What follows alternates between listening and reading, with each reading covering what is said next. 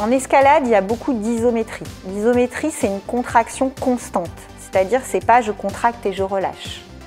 Alignez bien la main avec l'avant-bras. Et maintenant, vous allez essayer de presser la balle le plus fort possible sans changer l'angle au niveau du poignet. Gardez le coude en dessous du poignet, la balle bien au milieu. Là, comme on va fléchir les deux jambes, on va garder un en dehors naturel. Allez, je vais chercher la flexion complète. Je ramène le pied gauche et je remonte. Alors, vous avez plusieurs sortes de glucides, juste pour faire un petit rappel. Vous avez les glucides simples qui s'assimilent très rapidement.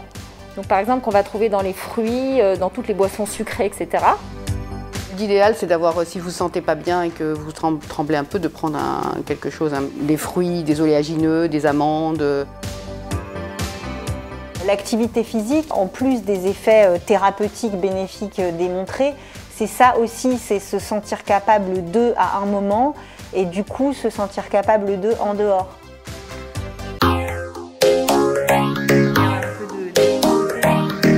Je suis née avec une main en moins, donc c'est une agénésie, un arrêt de croissance dans le ventre de ma mère. Et en fait, mes parents se sont rencontrés à Fontainebleau, la forêt qui est au sud de Paris, où on fait de l'escalade. Ils se sont rencontrés en grimpant. J'ai intégré l'équipe de France handi, et puis après, je suis allée sur ma première Coupe du Monde, puis mon premier championnat du monde que j'ai remporté en 2018.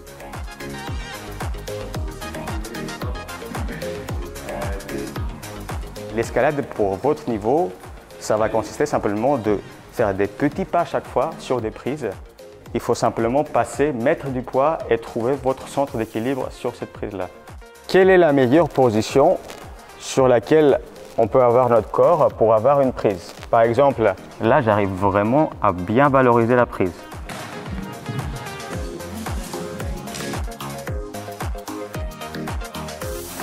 On remonte. On lâche là. 3, 4 et 5. Bravo, bien. J'adore, quoi. J'ai envie de recommencer. Donc, petite pause.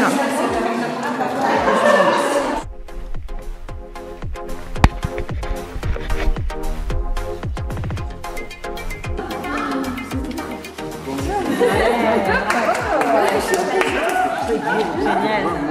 Ah, le lâcher prise était très compliqué, mais c'est très intéressant. Très intéressant de vivre l'expérience.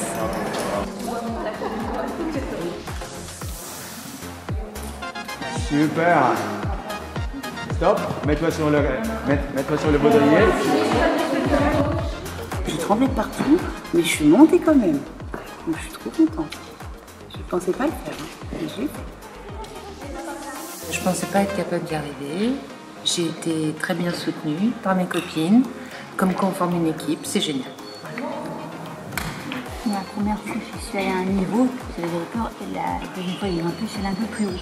Donc je me dis, c'est mieux, ça progresse. Qu'est-ce que ce sport t'a appris à toi et qu'est-ce que ça pourrait apprendre à nos patients justement? Alors moi, ce que ça m'a vraiment appris, c'est qu'on n'a de limites que celles que l'on se met. Ça s'est super bien passé, c'était hyper chouette de voir la progression au fur et à mesure de la séance, de voir que certains avaient beaucoup d'appréhension au tout début, et puis finalement qui ont fini dans le grand mur là. Oui, parfait.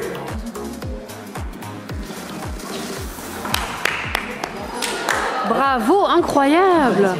C'est bien. Ça fait des sensations. On sent l'assurance quand même avec Aristote, heureusement. Quel message tu pourrais vraiment donner aux patients aujourd'hui? De ne pas abandonner. De toute façon, la vie, elle est faite de plein de rebondissements et on ne sait jamais de quoi demain sera fait. Donc autant en profiter pour faire ce qu'on aime et ce qui nous anime au plus profond de nous.